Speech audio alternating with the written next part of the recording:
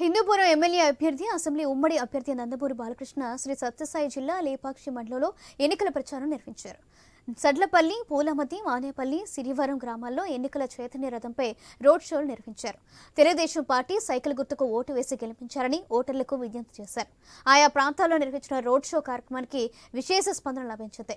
స్వర్గీయ నందమూరి తారక రామారావు ఆశయానికి అనుగుణంగా నారా చంద్రబాబు ప్రజాభివృద్ధి కోసం కృషి చేస్తున్నారని బాలకృష్ణ చెప్పుకొచ్చారు.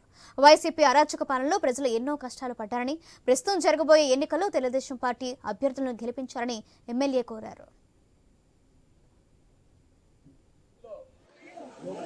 మంచి అఖండమైన విజయాన్ని చేకూర్చాలని కంకణబద్ధులైన ఈ గ్రామస్థ ప్రజలందరూ కూడా, అలాగే మాకెప్పుడు విజయాన్ని అందిస్తూ నీరాజన అనిపిస్తున్న ఆడపడుచులందరికీ, కేంద్రానికి ప్రతినిధులు, నాయకులు, భావితరాలకు, భారతదేశం ఆసక్తి అయిన తెలుగు యువతకు, మన దూరం జిల్లాకి ఇచ్చిన ఇంకా ఏ జిల్లాకి ఇవ్వలేదు మన తెలుగుదేశం ప్రభుత్వం పార్టీ అధికారంలో ఉన్నప్పుడు.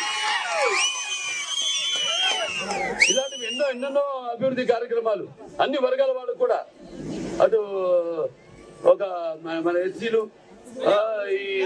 ఒక పెద్ద ఎస్సీ ద్రోహి జగన్ అతను ఏమన్నాడు, ఎస్సీలు వాళ్ళకి తోడుగా ఉండాలని చెప్పి వాళ్ళ చిత్రహింసలు చేసే కార్యక్రమాలు తప్ప ఇంకేమీ చేపట్టలేదు.